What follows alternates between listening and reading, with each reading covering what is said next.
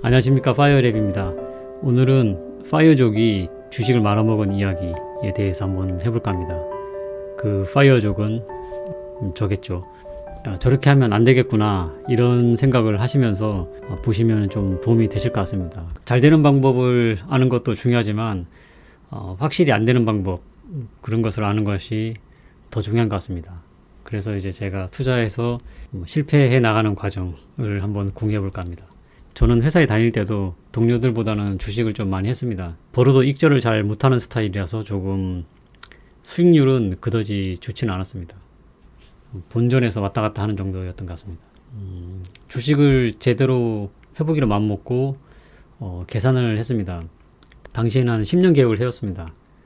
그래서 이제 과거 주가 데이터 10년 정도, 10년 이상의 주가 데이터하고 이제 엑셀 이런 데 보면 랜덤 함수라고 있습니다. 그 랜덤 함수를 이용하고 금융위기, 또 경제공황, 9.11 같은 이런 이벤트적인 악재들, 또 호재들 이런 것들이 생겼을 때 주가가 어떻게 변하는지 그런 것들을 다 이제 수치화해가지고 10년치 가상 주가를 만들고 거기에다가 이제 제가 투자를 하는 이제 방식으로 시뮬레이션을 다 했었습니다. 그래서 제 자산을 일시불로 넣었을 때, 그리고 수개월에 나눠서 넣었을 때, 또 1년, 3년, 5년 이렇게 분할 매수했을 때 또 시뮬레이션 해보고 30% 정도 수익이 났을 때 익절을 하고, 또 30% 떨어졌을 때 또 추가 구매를 하고, 이런 것들도 시뮬레이션 하고 여러 가지를 해봤습니다. 그러고서는 이제 사실 확신을 했죠. 이제 투자는 확실히 해야겠다. 이제 겁먹을 필요가 없다라고 생각을 했습니다. 그래서 포트폴리오를 구상을 하고 투자에 들어갔습니다. 초반에는 이제 주식 상황이 좋지를 않아서 30% 처음에는 시작했을 때 이렇게 주식이 좀 상황이 아주 좋지는 않았는데, 그래도 시뮬레이션이 다 이제 그래도 시뮬레이션을 다 했기 때문에 마음의 동요 같은 건 사실 전혀 없었습니다. 오히려 이제 더 떨어지면 싸게 사면 된다 이런 생각을 가지고 있었죠. 그 상황에서 제가 가지고 있던 이제 부동산에서 월세로 사시는 분이 계셨는데, 그분이 이사를 가시게 되고 월세를 구하기가 좀 힘들었습니다. 그래서 전세로 전환을 해서 전세금을 받았죠. 근데 그것으로 이제 투자금을 조금 올렸습니다. 여기서 이제 전세금 활용에 대해서 짧을지는 모르겠지만 제 생각을 좀 말씀드려 보겠습니다. 전세금에 대한 저의 생각입니다. 전세금은 집의 일부를 임차인한테 매도를 하고 받은 돈이라고 생각을 하고 있습니다. 그리고 임차인은 그 임대 기간 동안 이제 집의 주인이 되는 거죠. 근데 그게 가능하려면 집값 대비 전세금 비율이 중요합니다. 저는 그것을 한 50% 이하로 유지를 하고 있고, 상황에 따라서 이제 오르락 내리락 하겠죠. 근데 문제가 발생되거나 아니면 집을 이제 집값이 떨어지거나 해도 이제 임차인 입장에서는 안전한 마음을 느낄 수 있게 하기 위해서 50% 정도 유지하고 있습니다. 급한 상황이 발생해도 이 집을 금매로 내놔가지고 금방 팔 수 있게, 그러면 이제 바로 전세금을 돌려줄 수 있겠죠. 그래서 이런 게 가능하려면 집을 싸게 사는 게 핵심이겠죠. 이제 그것을 위해서 공부를 좀 많이 해야 됩니다. 그리고 전세 시스템에 대해서 좀 알아보면 전세금은 이제 100% 안정적인 현금이다 라고 생각을 합니다. 그래서 이거는 이제 임차인도 내 전세금이 100% 안전한지 이거를 이제 확인해야 되고, 집에 무슨 문제가 없는지 이런 것들을 확인해야겠죠. 그리고 임대인도 그 임차인한테 이 돈이 이제 안전하다는 것을 이렇게 보증하는 의무가 필요하다고 생각합니다. 그리고 이제 임차인은 이 돈이 100% 안전하게 유지가 되는 조건 하에 이 돈의 그 기회비용을 그 임대인한테 파는 거죠. 그 임대인은 그 산 기회비용을 쓸 권한이 있다 이렇게 생각을 합니다. 그럼 이어서 기회비용에 대한 생각을 조금 해보면, 기회비용을 불안해하는 사람이 있습니다. 결정을 하는 것 자체가 스트레스인 거죠. 그리고 불확실한 것에 대해서 스트레스를 받습니다. 이런 것 어린 분들이나 노인분들이 좀 많으신 것 같습니다. 저도 어릴 때 그랬고요. 그 리스크에 대해서 대응할 수가 없는 거죠. 어릴 때는 경험이 없어가지고 이 큰 돈을 날려먹으면 어떡하나 이런 생각을 좀 하고, 노인들은 또 그분들대로 어떤 문제가 생겼을 때 이제 해결할 수 있겠다 이런 자신감이 없기 때문에 좀 이런 큰 돈을 안정적으로 가지고 있는 걸 선호합니다. 그래서 전세를 많이 사시고 저도 그랬습니다. 반대로 기회비용이 없으면 불안해하는 사람이 있습니다.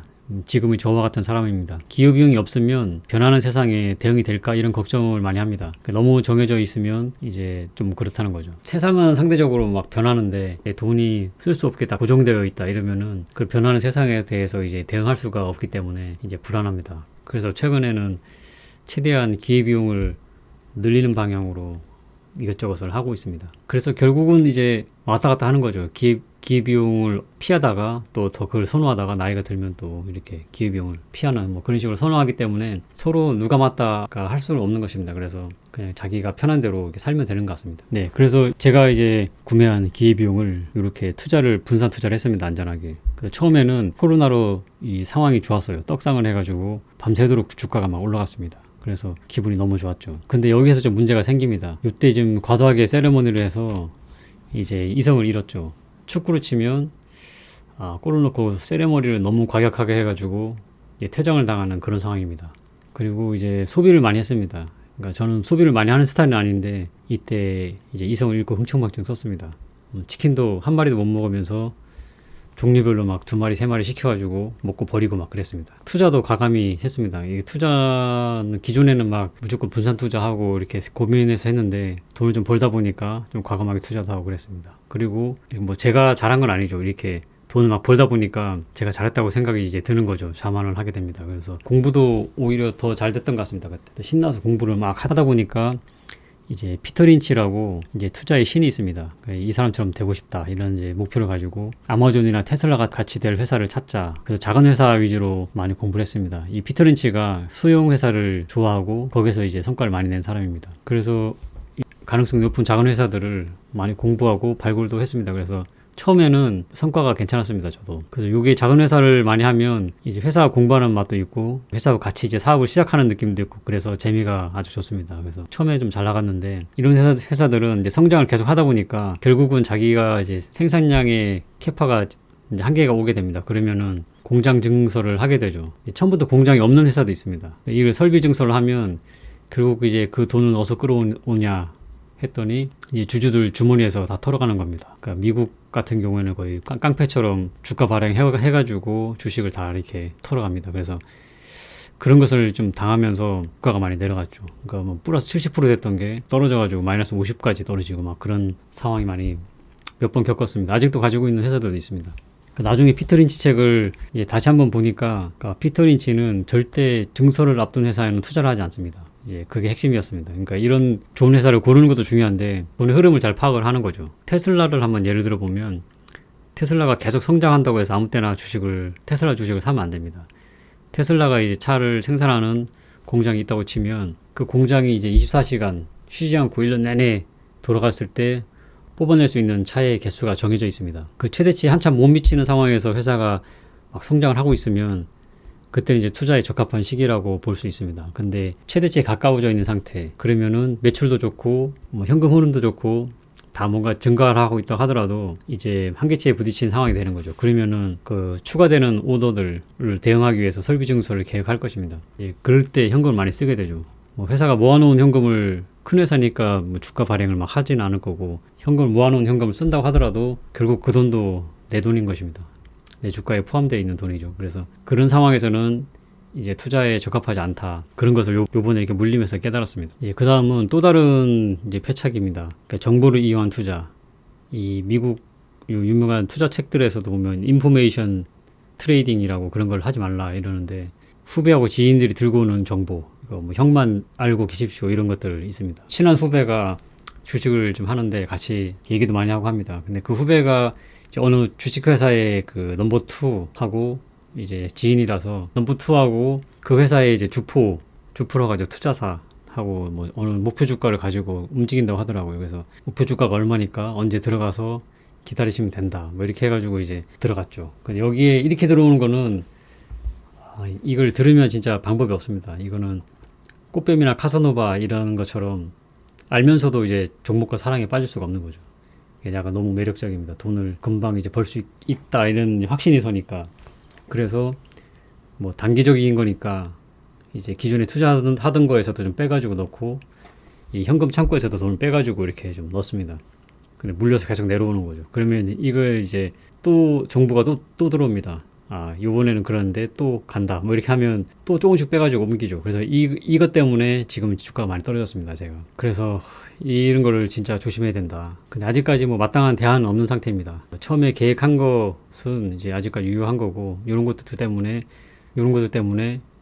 주식을 많이 꼬라 먹은 상태입니다. 그리고 이제 여기서부터 슬픈 이야기가 시작되죠. 그래서 주가는 또 장기적으로 하락하고 금리가 올라가고 전쟁이 터지고 뭐 이런 사건이 있고 그래서 이 주가가 계속 떨어집니다. 200% 넘게 올라갔던 게 계속 떨어져가지고 지금 이제 이런 상태입니다. 중간에 퇴직금도 좀 넣죠. 이런 물타기라고 하죠. 이걸 좀 넣고 또 문제는 이때까지만 해도 플러스 상태니까 뭐 전혀 문제가 없었는데 이제 마이너스로 전체적인 계좌가 마이너스로 넘어가면서 뭐 생활비도 써야 되고 제가 이제 부동산 하니까 이자도 내야 되고 뭐 이런 것들에서 이제 이런 투자금이 점점 이제 줄어들게 됩니다. 원금이. 근데 요게 장기 주가 하락이 언제까지 이어질지는 모르죠. 그래서 좀 후달리는 상태입니다. 그래서 이제 뭐 취직을 하려고 지금 하고 있는 상태고요. 그래서 제가 생각하는 거는 이거는 이제 제가 인간인 이상 다른 분들은 잘 모르겠습니다. 저는 좀 이제 감성적인 사람이라서 제 자신을 믿지를 못하겠습니다. 그래서 제가 인간인 이상 세리머니를 과도하게 그러니까 기분이 너무 좋아하는 거는 이제 컨트롤 불가능하다라고 결론을 내렸습니다. 그래서 이 세리머니에 대한 솔루션을 좀 준비하자. 그게 요즘에 제가 결론이고 그러니까 주가가 어느 정도 플러스가 되면 아예 종족이 다른 자산 금방 이제 매도하기도 힘들고 뭐 그렇다고 해서 이제 가치가 없는 자산은 아니고 그런 자산으로 이제 좀 전환을 시켜보자 뭐 그렇게 생각을 하고 있습니다. 금액이 크진 않을 테니까 부동산은 좀 힘들 것 같고 그러니까 제가 생각하는 것들이 몇 개 있는데 아직 뭐 확실하진 않아서 오늘 공유 드리기 좀 힘들 것 같긴 합니다. 그래서 앞으로의 계획은 요겁니다. 결국 이제 현금을 좀 취직을 해서 현금을 좀 끌어오자. 그리고 좀 더 이제 존버를 해보자. 입니다. 이게 처음에 세웠던 계획이 아직 뭐 지금 생각해도 나쁘진 않습니다. 그래서 처음 생각했던 계획을 계속 끌고 갈 생각이고 지금 제가 실수했던 것들은 이제 다음 뭐 투자 기회가 왔을 때 이제 조심할 생각이 있습니다. 그리고 마지막으로 좀 정리를 해보면 이겁니다. 투자를 할 때 좋은 회사를 고르는 거는 이제 방법이 여러 가지가 있습니다. 저는 이제 저만의 방법이 있고 또 책에서도 많이 나오고 이렇게 오픈된 방법이 뭐 정확합니다. 그런 것들은. 그래서 그런 것들을 가지고 회사를 고르는 거는까지는 이제 중요한데 이제 이런 겁니다. 저는 이제 작은 회사 위주로 이제 투자를 하고 있는데 내 돈으로 공장은 절대 짓지 말자. 이게 이제 제가 얻은 결론입니다. 성장을 막 하고 있는 거는 좋은 거죠. 그런데 되게 추측을 해야 되는 거죠. 이 공장의 캐파라든지 얘가 돈을 얼마 남기고 있고 뭐 이런 것들을 가지고 이제 생각을 해야 되는 거라서 내 돈으로 절대 공장 짓지 말자. 그리고 두 번째는 이겁니다. 후배나 지인 이제 거르자. 얘네들이 들고 오는 거는 일단 걸어본다. 이게 이제 결론이고 이제 투자를 하더라도 이제 물리는 거 걔네들이 이제 물리는 거 보고 이제 울고 있으면 이제 그때 저는 웃으면서 이제 투자를 하는 이렇게 지금 생각을 하고 있습니다. 여기까지 제가 주식을 했던 이야기를 좀 소개를 드렸고 좋은 이야기보다는 사실 이런 이제 실패했던 이야기들이 많습니다. 이런 것들을 좀 참고 삼아서 이제 돈 잃지 않는 투자를 하셨으면 좋을 것 같습니다. 오늘은 여기까지 하겠습니다.